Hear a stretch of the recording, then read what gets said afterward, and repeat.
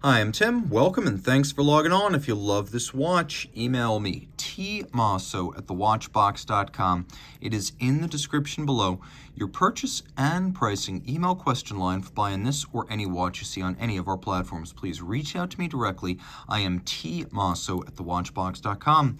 Today, we are discussing the Hermès H08, the H08, a watch that came out in 2021 and has proven to be spectacularly popular. And I know when I post a video of these, it gets a great response. Hermès, well known for luxury goods, less so for watches, but getting very serious about mechanical horology, partly through an investment in Vaucher Manufacture and partly through offering more impressive watches under its own brand name. And this is a big part of that. So you're looking at one of several models available. This one is titanium and DLC. It's 39 millimeters across, not including the crown, 10.8 millimeters thickened from lug tip to lug tip, 46.5 millimeters with a nice modern and broad-shouldered 21 millimeter spacing between the lugs. On the wrist, as with all non-round watches, it wears larger than you'd expect. It's more like wearing a 41 millimeter round watch, so keep that in mind. In terms of how it fits relative to the wrist, low slung, easily sliding underneath the cuff. It is a sports watch, but it can be worn as a dress watch. You can also see that the lugs are nowhere near the edge of my wrist, and that's most evident in the down the barrel shot. The over the top always exaggerates the width of the watch across the wrist. This is the true shot. In case you're wondering, you'd probably wear this watch on a wrist as small as 14 centimeters circumference, and it is flat. Although the strap is integrated and thus there is a little bit of stiffness, it doesn't really impede the ergonomics in any sense. A lot of rigid fitted straps that conform to the case make the watch wear larger. This, again, wears pretty true to size if you think of it as a 41 millimeter round watch. Now, there is an embossed textile pattern. It is not threaded. It's all rubber, vulcanized, Hermes monogrammed on the bottom, which helps to remove material and actually makes it more flexible. Bracelet Hermes. And Hermes makes beautiful things. We have a full buckle that's actually a wonderful one. As you can see, it features a layered effect that's very similar to the layered effect of the bezel. So they're really thinking this design through. And you can see that there's even a tonal contrast between the overlapping and underlying elements. Now, opening the primary part of the clasp involves twin triggers. So you press them both, it pops open. And then we have a secondary. You'll note the use of ceramic spring-loaded pin snaps to ensure that over time, the tolerances remain snappy.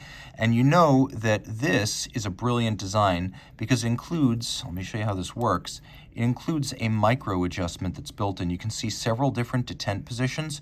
You depress this plunger, and now you have the ability to fine-tune the fit. So even if you're between hole sizes, you have the ability to get the right size, and that's just brilliant. I love to see it. Small changes that make a big difference. Now, the case is mostly matte black. You can see that we have a very subtle brushed pattern to the case. And I should mention the DLC is a material applied by PVD. A lot of people confuse the two.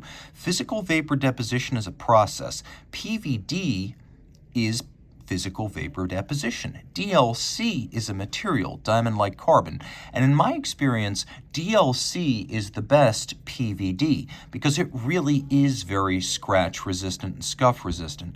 Now we have a matted case, all in satin. Then we have a bezel with a radial satin grain like a 70s sports watch, and then on its outer edge you can see it's polished, which reveals another feature of this titanium. It's the grade 5 stuff, in other words, the good stuff. Light, hypoallergenic, but more scratch resistant than grade 2. You know, when you see polished titanium, it's some form of 6.4 or grade 5. You also see a watch that is remarkably coherent about its design, but we'll talk about that once we discuss the crown.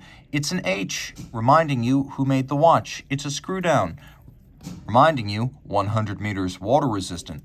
Now flipping back to the dial side, there's a lot to love. We have this media blast texture that runs over most of the dial. And note the typeface, that the 5 of the hour track is the same as the 5 of the date disc. A lot of companies don't get that right. We also have a symmetrically weighted constant seconds hand with a little orange highlight, which is unusual but attractive. And you can see that the choice was made to radially array these numerals, which I endorse.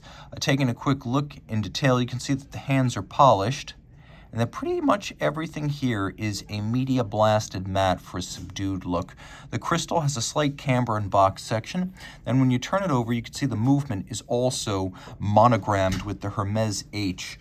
The watch is an automatic winder with a 50-hour power reserve, courtesy of twin mainspring barrels. And because Hermes is an investor in Vaucher Manufacture, you can look and you can see the little Vaucher star on the base plate. And if you look carefully, you can actually see it says just below the free-sprung regulator 3002, because this twin barrel movement is based on a Vaucher 3002 customized for Hermes.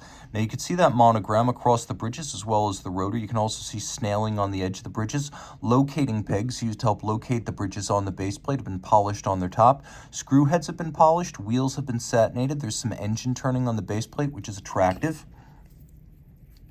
Again, 50-hour power reserve, courtesy of twin mainspring barrels.